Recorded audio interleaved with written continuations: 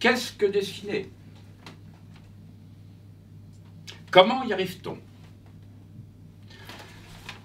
C'est l'action de se frayer un passage à travers un mur de fer invisible qui semble se trouver entre ce que l'on sent et ce que l'on peut.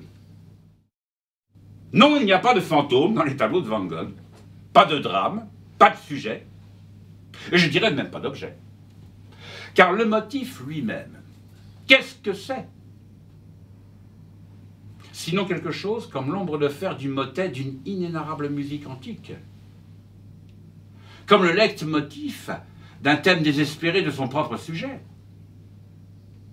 C'est de la nature, nue et pure vue, telle qu'elle se révèle, quand on sait l'approcher d'assez près. Il a fait, sous la représentation, sourdre un air, et en elle enfermer un air, qui ne sont pas dans la nature, mais qui sont d'une nature et d'un air plus vrai que l'air et le nerf de la nature vraie. Je vois, à l'heure où j'écris ces lignes, le visage rouge sanglant du peintre venir à moi,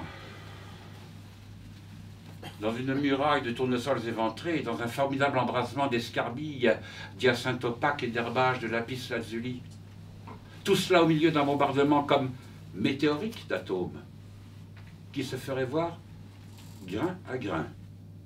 Preuve que Van Gogh a pensé ses toiles comme un peintre, certes, et uniquement comme un peintre, mais qui serait par le fait même un formidable musicien.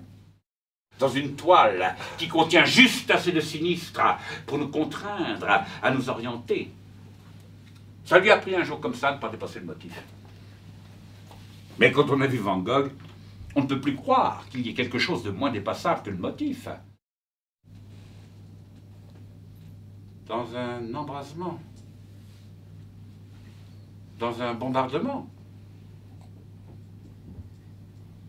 dans un éclatement, vengeur de cette pierre de meule que le pauvre Van Gogh le fou porta toute sa vie à son cou, la meule de peindre, sans savoir pourquoi ni pour où, car ce n'est pas pour ce monde-ci.